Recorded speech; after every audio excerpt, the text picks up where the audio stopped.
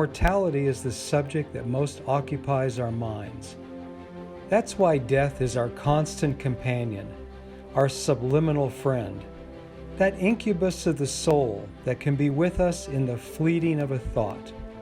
That's also why most people have well thought out answers when asked the question, what happens when we die? I hope that you go to heaven. I think that you do. I've never thought there was anything wrong with just at least believing that you go to heaven. It's not going to do you any harm, so I hope so. Yeah, well, I think that we're spiritual beings that have existed before this time and exist beyond this time, and this just happens to be where we're most aware of right now. You just die? You just die. Soul goes nowhere? No. No? Oh, there's a great life after death. You're just here for a while, and there's a better life after death. Better land above. The hopeful answer to this question comes from the near-death experience. These are transcendent events that seem to prove consciousness survives bodily death. And since these events have such consistent elements, they can be studied by philosophers, scientists, medical doctors, and a host of other curious professionals that we call near-death explorers.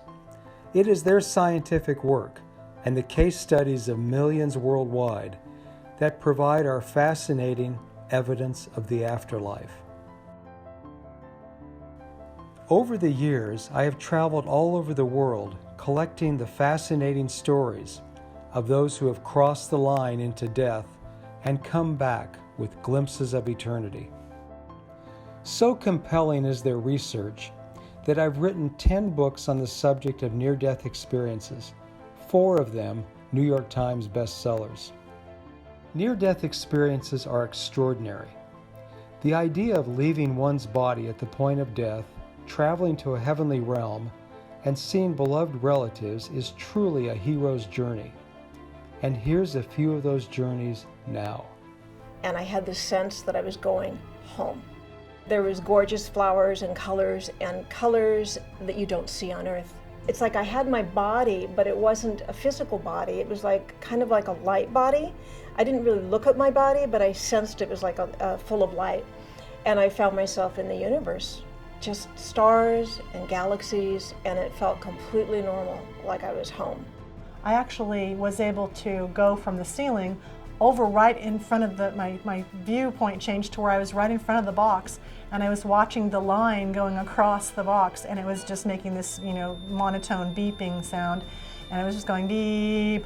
Somehow they couldn't get the defib unit in there in time, and they had a conversation. So the minute they took the oxygen mask off, I said, "Oh my God, that was an incredible experience." I was up on the ceiling, I watched you all, and I could see, everything that was going on and hear you. The actual experience takes away all fear that you have of passing over. And then there's Jenny Summers, a graphic artist with IBM in Tucson, Arizona. And evidently, I guess I had died because they were talking as if I couldn't hear them.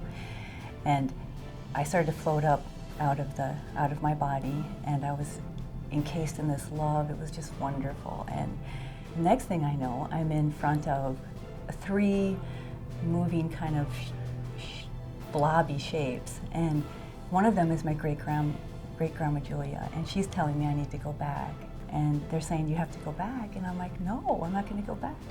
Lupita ran through the door, which shattered into sharp shards and covered her with 1,000 cuts.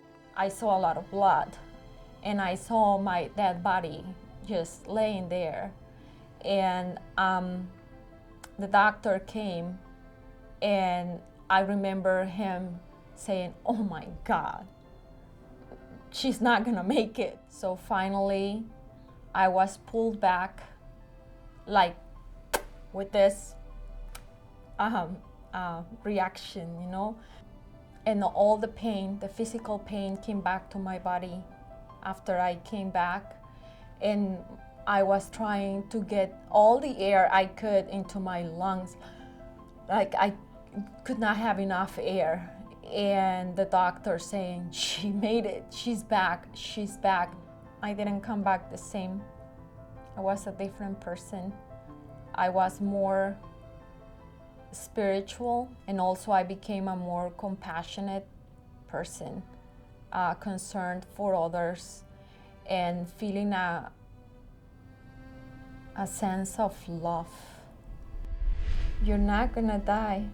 This is just a transition, and you'll be fine. These stories have been told throughout human history, but Dr. Moody was the first to dissect them and discover their similarities. There are a number of transformations we see with people who come back from near-death experiences. The most prominent one is that whatever they had been chasing before, whether knowledge or fame or power or money or any of these other things, that when they come back, they say that the most important thing we can do while we're alive is to learn how to love. So join us as we explore the great beyond in Evidence of the Afterlife, the series that seeks to prove the afterlife one fascinating story at a time.